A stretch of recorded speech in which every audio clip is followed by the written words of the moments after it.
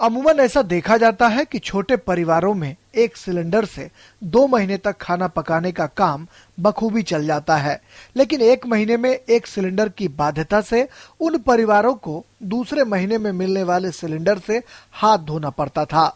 लेकिन अब उन लोगों को इस समस्या से दो चार नहीं होना पड़ेगा।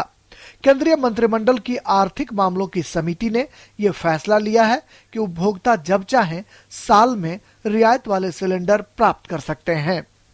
कैबिनेट की बैठक में जनता की सुविधा को देखते हुए उस कंडीशन को समाप्त कर दिया गया। अब उनको 12 सिलेंडर सब्सिडाइज रेट पर मिलेगा 1 साल में। ये एक बहुत ही महत्वपूर्ण निर्णय है। पिछले सरकार के निर्णय की एक शर्त थी कि आपको साल के 12 सब्सिडाइज सिलेंडर तभी मिलेंगे जब हर महीने आप एक लेंगे।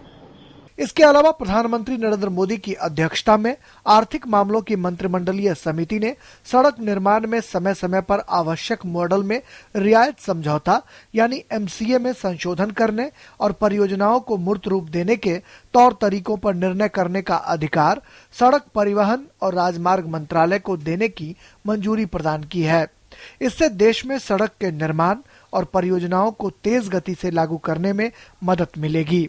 The Ministry of Road Transport itself will take a decision as to which mode is the best for effective delivery. मतलब किसी भी सड़क निर्माण के लिए कौन सी प्रक्रिया और कौन सा मोड सबसे अच्छा होगा, मॉडल कॉन्ट्रैक्ट का ही निर्णय वही करेंगे। बदलाव भी होगी तो वो करेंगे। कैबिनेट ने एक अन्य फैसले में गुवाहाटी के लोकप्रिय गोपीनाथ बरदोलोई अंतर्राष्ट्रीय हवाई अड्डे पर हैंगर बनाने के लिए 2397 वर्ग मीटर की जमीन समान रकबे की जमीन से ग्राम भूमि और विमानपत्तन प्राधिकरण की जमीन से अदला बदली करने के प्रस्ताव को भी मंजूरी दी है। साथ ही हेल्थ केयर के क्षेत्र में भारत और जापान के बीच सहयोग पत्र पर हस्ताक्षर करने को भी केंद्रीय कैबिनेट ने हरी झंडी दे दी।